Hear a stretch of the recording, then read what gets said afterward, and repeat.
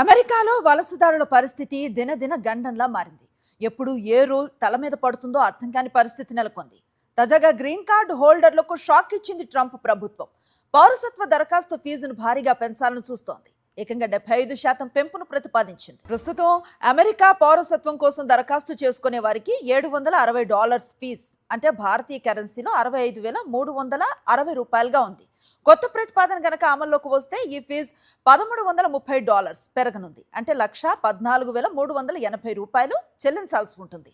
ఒకవేళ పౌరసత్వ దరఖాస్తు తిరస్కరణకు గురైతే దాన్ని అప్పీల్ చేసేందుకు ప్రస్తుతం $830 చెల్లిస్తున్నారు. కొత్త ప్రతిపాదన ప్రకారం $1,475లకు చేరనుంది. ఈ ప్రతిపాదన ప్రస్తుతం ప్రజాభిప్రాయ సేకరణ దశలో ఉంది.